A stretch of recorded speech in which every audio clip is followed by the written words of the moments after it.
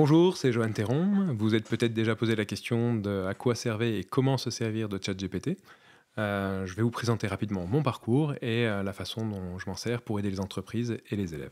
Comptoise Story, un podcast Comptoise Radio. Je suis né à Marseille en 78 et mes parents sont tous les deux marseillais. Mon père est médecin et lorsqu'il s'est installé là-bas, il a eu dans le même quartier un gros tas de médecins. Dans mes souvenirs, c'est une dizaine. C'est peut-être pas exactement ça, mais en tout cas, c'est comme ça que je m'en souviens. Qui se sont installés peu de temps après lui et du coup, la clientèle était un peu trop juste. Et son look n'aidait pas trop puisqu'il était en mode pas de def, cheveux longs, grande barbe. Et donc, du coup, bon voilà, il a décidé de changer de lieu pour renouveler un peu la clientèle. Et on s'est retrouvés en Franche-Comté en 83, je crois. L'hiver avec les grands froids. Du coup, des Marseillais qui débarquent dans le village, je crois qu'il a fait moins 34, ça nous a fait un peu tout bizarre. Et puis, ben voilà, du coup, j'ai grandi là-bas, je me sens pas tellement Marseillais, mais plutôt byzantin, effectivement. J'ai fait mes études d'abord à Sonne, à côté de Besançon, puis à Besançon. Initialement, je me destinais à faire sauveteur en montagne. Ça faisait 4 ans que j'étais pompier et pour pouvoir passer à l'étape d'après, j'ai fait les chasseurs alpins pour vraiment confirmer ça, quoi. Et puis finalement, ça s'est pas super bien passé, j'ai pas trop aimé l'ambiance militaire. Donc du coup, j'ai lâché l'affaire et en sortant de l'armée, j'ai fait un peu d'usine pendant quelques mois. Ça m'a pas convenu trop non plus, mais j'étais un peu perdu.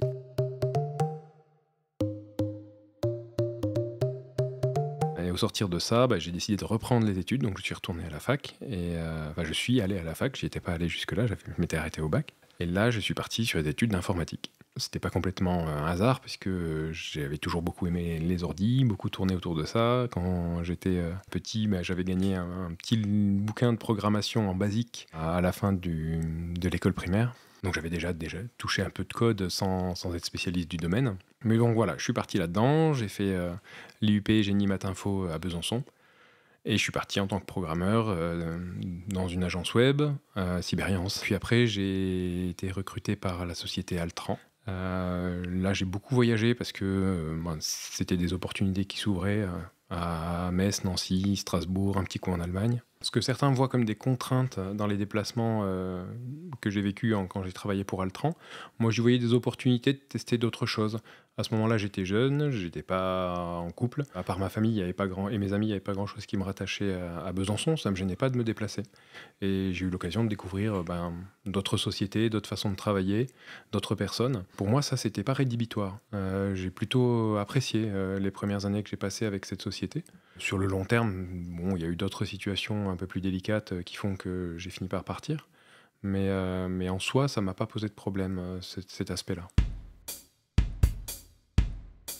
Objectivement, je ne me suis jamais senti aussi bien qu'à Besançon. Probablement une valeur affective. C'est difficile de traverser Besançon sans croiser quelqu'un que je connais. Et j'apprécie beaucoup ça. Donc au-delà de la ville elle-même, c'est les gens que j'y ai trouvés. Peut-être que le fait de revenir à Besançon, j'ai retrouvé cette proximité, ces contacts avec toutes les personnes que je connaissais. Ouais, ça m'a fait savourer la vie un peu différemment. Ouais. J'étais en poste chez un des clients d'Altran, mais il y a eu un petit conflit qui s'est passé. Et finalement, ce client m'a recruté et j'ai quitté la société Altran pour une autre société de service, elle-même basée à Nancy. Beaucoup plus petite, hein, vraiment, il y avait une vingtaine de personnes dedans maximum. Du coup, j'ai fait quelques années avec cette société. À ce moment-là, j'étais marié. Je me suis marié pendant que j'étais en mission à Metz. Donc avec ma femme, on s'est retrouvés à Strasbourg. C'est une belle ville, mais particulièrement dense et polluée. On s'y est pas trop plu, on y est resté à peu près 2 ans. À un moment donné, on a voulu quitter un peu la ville. Et là, j'ai eu l'opportunité de revenir sur Besançon, travailler à nouveau pour la société Cyberiance avec qui j'avais passé 2-3 ans en début de carrière, à un poste un peu différent évidemment. Et comme j'avais beaucoup apprécié ce poste-là et que je suis resté très ami avec le dirigeant de la société, j'ai sauté sur l'occasion et me voilà de nouveau à Besançon. Ma spécialité, notamment pour cette société, c'était le référencement. Faire en sorte qu'un site internet soit bien positionné par rapport à ses concurrents sur certaines recherches. Et il y a un copain qui m'a lancé l'idée, plus pour rire qu'autre chose, d'ouvrir notre propre boîte de vente en ligne d'un jeu de société qui s'appelle Warhammer. C'est des petites figurines à collectionner. On s'est lancé et ça m'a pris beaucoup de temps. En parallèle du travail que je faisais pour Cyberiance, c'est tombé au début du confinement en plus. Et bon, au final, j'ai eu du mal à concilier les 2. Je me suis un peu brûlé. J'ai pas réussi à faire les 2, donc j'ai été obligé de tout arrêter pendant un certain temps, le temps de me redresser. Et quand j'ai repris, du coup, j'ai quitté Siberians, tout en restant en bon terme avec le patron de Siberians qui est resté un ami. Mais je me suis lancé dans ce projet-là. Et donc là, pendant 2 ans, on a travaillé d'arrache-pied pour réussir à faire décoller cette société. Et ça a super bien marché. On s'est vraiment implanté très très fort, très très bien. Par contre, ça a été un peu plus délicat, la relation avec cet ami avec qui on avait créé la société. Et sans rentrer dans les détails, du coup, j'ai fini par décider de partir et de me mettre à mon compte. Alors j'ai à ce moment-là cherché du travail pour d'autres sociétés. Mais là, cette fois-ci, je voulais vraiment être en individuel. Plus m'associer avec qui que ce soit, je préférais vraiment être tranquille dans mon coin. Alors, je t'ai pas forcément tout dit. C'était pas la première fois que je me mettais à mon compte. Je me suis mis à mon compte tout de suite après mes études, en dépannage informatique. Là, c'était pour le PC des particuliers ou des entreprises, et ça n'a pas très très bien marché, donc j'ai fermé au bout d'un an. Et du coup, j'avais déjà tenté une expérience à mon compte, et il y avait un côté intéressant. J'aimais bien être un peu libre, même si pour le coup, je l'étais pas tant que ça, puisqu'il fallait absolument trouver des clients, et donc je bossais d'arrache-pied. Mais voilà, l'expérience d'être responsable de son gagne-pain, elle n'était pas nouvelle pour moi. Donc ça m'a pas spécialement fait peur. La différence, c'est que cette fois-ci, j'étais marié, effectivement. Ça a effectivement fait l'objet d'une discussion avec ma femme, même si l'objectif n'était pas forcément... c'était plus une conséquence de la situation, de me mettre à mon compte, plutôt qu'un objectif initial. Ça pouvait aussi poser des problèmes dans mon couple, puisque je me mettais à travailler le samedi et le dimanche inclus. Une vie de couple, c'est pas fait pour ça. Elle a été patiente. Quand j'ai décidé d'arrêter, ça lui a fait un choc aussi malgré tout, mais la question s'est posée, maintenant qu'est-ce qu'on fait? Et je voulais pas forcément retourner sur les postes que j'avais déjà faits, et donc j'ai un peu cherché à gauche à droite, et puis il s'est trouvé que en me mettant à mon compte, en référencement, j'ai eu l'occasion d'avoir plusieurs clients qui m'ont demandé de travailler pour eux, dont un qui m'a demandé de travailler à peu près 2 semaines par mois pour lui, ce qui était suffisant pour vivre. Ça a confirmé la direction, quoi. Puis si ça marchait pas, à ce moment-là, j'aurais arrêté, puis j'aurais cherché un travail plus... un salarié, quoi. Bien, quand je jette un œil dans le rétro, il n'y a pas d'intelligence artificielle. Donc non, je ne pensais pas du tout faire ce que je fais aujourd'hui. Je pensais continuer à faire du référencement. J'avais plus envie de travailler pour des grosses boîtes. Les grosses boîtes ne m'intéressent plus tellement parce que je trouve qu'on s'y perd un petit peu. Pour moi, les gens sont, paradoxalement, alors que je travaille sur de l'intelligence artificielle, pour moi, les gens sont assez importants. Et j'ai toujours trouvé assez problématique que la direction soit déconnectée du bas. C'est des points de vue personnels, hein, ça se discute. Je n'avais pas envie de participer à ça. Et donc paradoxalement, l'IA, qui est encore plus déshumanisante quelque part, arrive. Et puis là, c'est pas possible de pas plonger dedans. C'est presque de la science-fiction qui arrive là, quoi. Il y a presque 2 ans maintenant. C'est-à-dire bien avant la sortie de ChatGPT. On s'en servait pour faire du référencement. L'objectif était de générer du contenu texte pour faire plaisir à Google. Donc on a essayé de regarder un peu ce qui se faisait à ce moment-là. C'était pas très performant. Donc on a gratté, on a cherché des prestataires capables de fournir du texte à partir de consignes.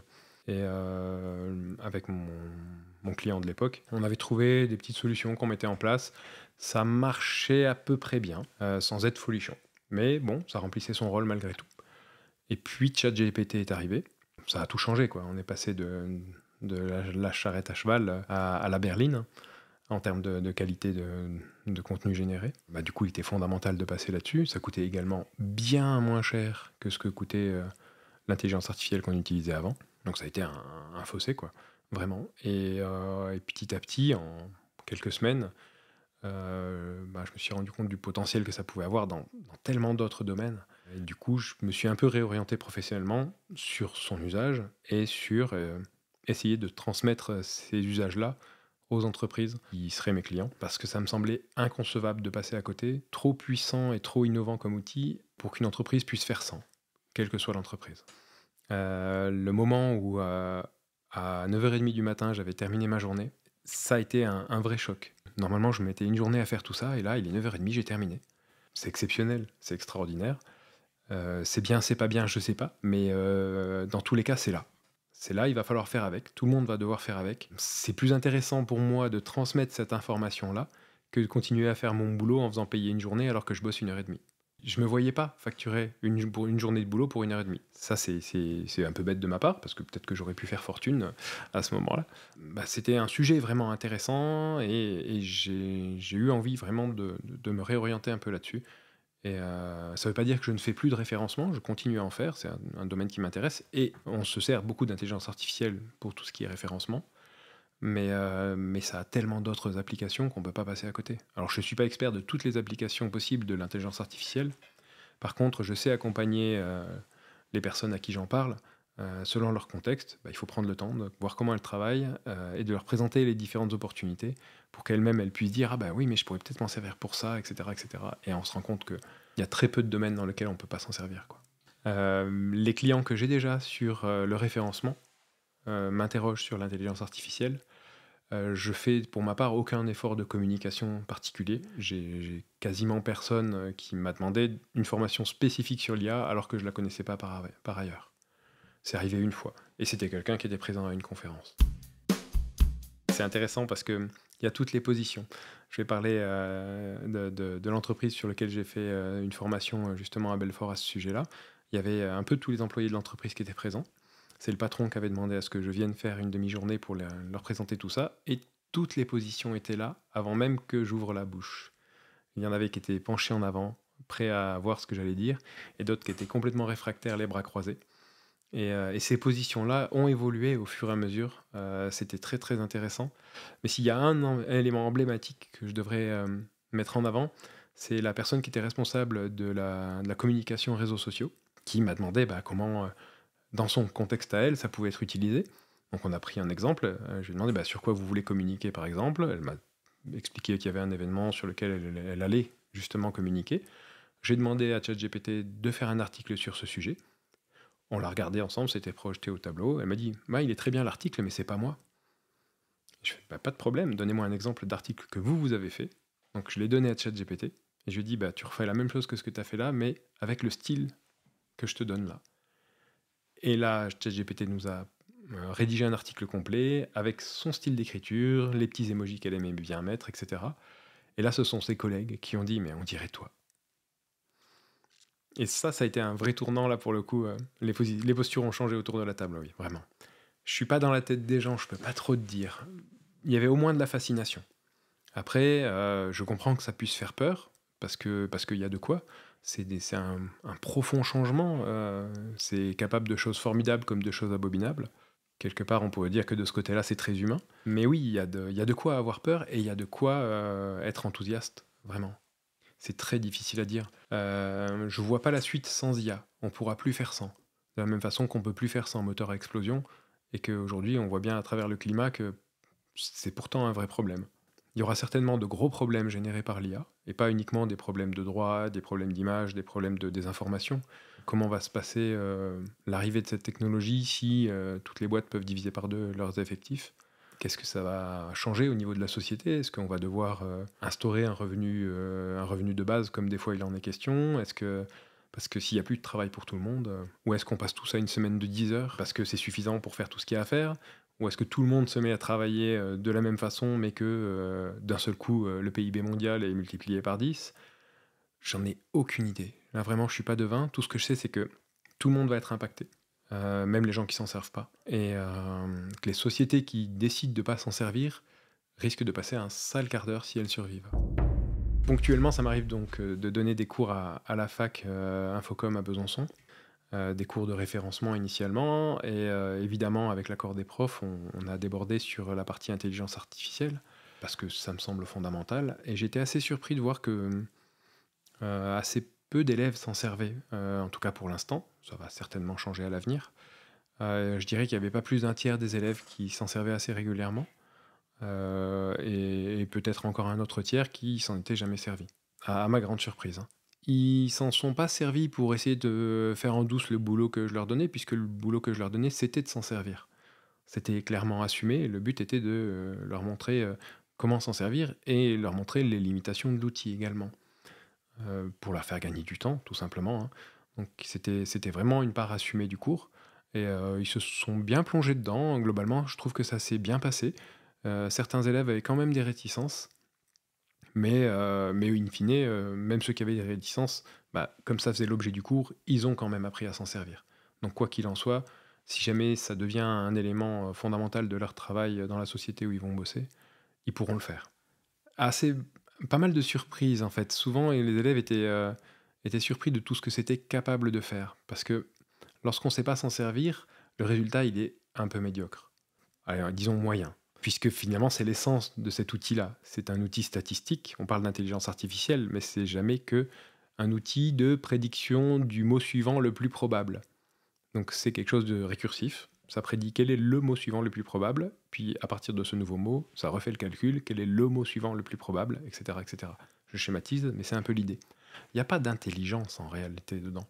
Ce n'est qu'un outil statistique. Et donc du coup, lorsqu'on lui pose une question sans donner de contexte particulier ou de consigne particulière, il va réagir avec une certaine moyenne. Si je lui demande de me faire un article qui va parler du réchauffement climatique, il va me pondre un article en fonction des connaissances qu'il a collectées sur Internet sur le sujet, et il va me faire un truc standard. Si je lui demande de présenter ça comme un expert du climat, il va prendre une autre posture. Il va plus se baser statistiquement sur des articles experts, et donc il va me sortir un texte fondamentalement différent. De la même façon que si je lui demande d'expliquer ça à un enfant de 5 ans, il va prendre une posture différente et il va changer son texte également. Donc si on ne lui donne pas de contexte, il fait un truc standard, moyen. Les élèves avaient peu l'habitude de donner du contexte. Et donc, en fait, les résultats qu'ils avaient étaient toujours moyens. Donc en leur montrant comment donner du contexte, comment aller encore un peu plus loin dans la formulation, ils ont commencé à voir comment s'en servir vraiment pour leur usage personnel, que ce soit pour trouver des idées de menus pour la semaine ou pour pouvoir faciliter les devoirs qu'ils avaient à rendre, notamment dans la rédaction d'un mémoire par exemple. Comptoise Story, un podcast Comptoise Radio.